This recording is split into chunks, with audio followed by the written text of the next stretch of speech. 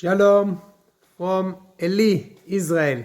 This Shabbat we read Parashat Tavo, and Moshe guides us in two mitzvot that we have to do only when we reach to the land. Tavo el haaretz. If we are outside the land, we cannot do this mitzvot. And first one is bikurim, second is ma'asot. The first mitzvah bikurim means that the first fruit that comes from the seventh unique fruits of the land of Israel, Eretz, Chita, Useora, Gefen, and Averimon, only from these. The first fruit, a guy who has in his field, he has to bring it to the priest, the Kohen, in Bet HaMikdash. And it's not enough to bring it. He has to say some words and to remind himself all the history of his people. And what does it mean? Why is it so important? And how we can do it today that we came back to the land, but we don't have a Bet Mikdash yet. And only few of us in the whole world are dealing with the fruits.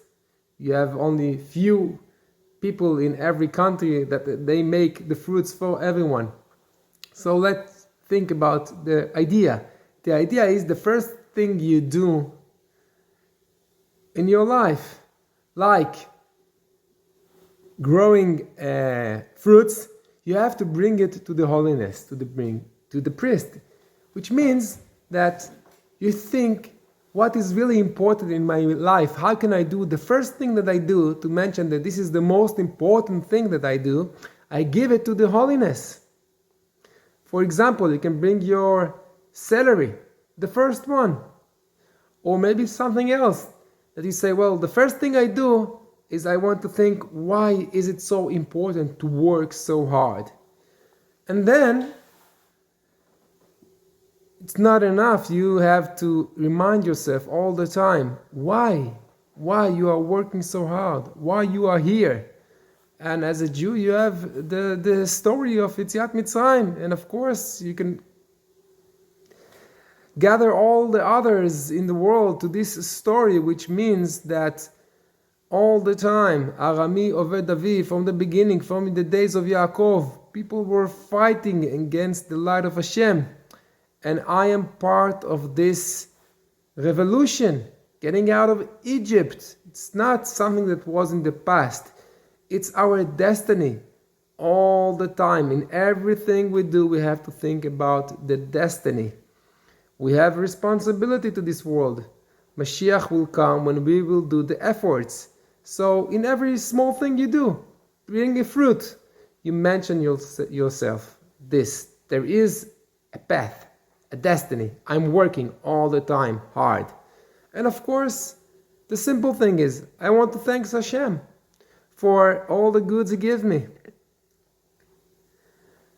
But sometimes it might turn that people make all their efforts to work for God and thinking about the holiness and to forget about the others. That's why we need another mitzvah, which says ma'asot. You have to give percentage of your agriculture, of everything you do, from your money, to the others. Not only to the priest, also to the Leviim, who are in charge of teaching Torah. And not only for them, also for the aniyim, for those who didn't succeed in their life. They don't have land, they don't have money. You have to think about it, because being a holy person or a holy nation means that we understand that you should love your friend the same as you love yourself. And Hashem says, I love the ger and the widow and the orphans, and I want you to take charge for them. So even if we don't have fields and we don't have fruits, you can do it in another way. You can thank Hashem for your salary, and you can take part of it, maaser, and give it to others. Of course, you can do it every time. And even when Jews were outside the land, they couldn't make the Bikurim and the Maasot, but they could make the same thing with different things. For example, they could give part of their money in the society for building a Bet Knesset, Bet Midrash, for the holiness, and to take care for the others, Arvut Adadit, no matter how tough it is. And we see that we succeed in putting it in our heart. And we have to remember that everything has to be with a lot of joy. You have to be very happy with all the goods that Hashem gives you. And at the end, Moshe says, you should make again the covenant on the mountains there in near our house in Eli, near Shechem, Har Grizim and Mount Eval. And you have to tell to your people, Yeshua, that they should remember that if they won't do all what we are talking, they will be cursed. And why? Because they didn't work Hashem with all the good that He gave them with happiness. So we have to be very happy that for everything that Hashem gives us.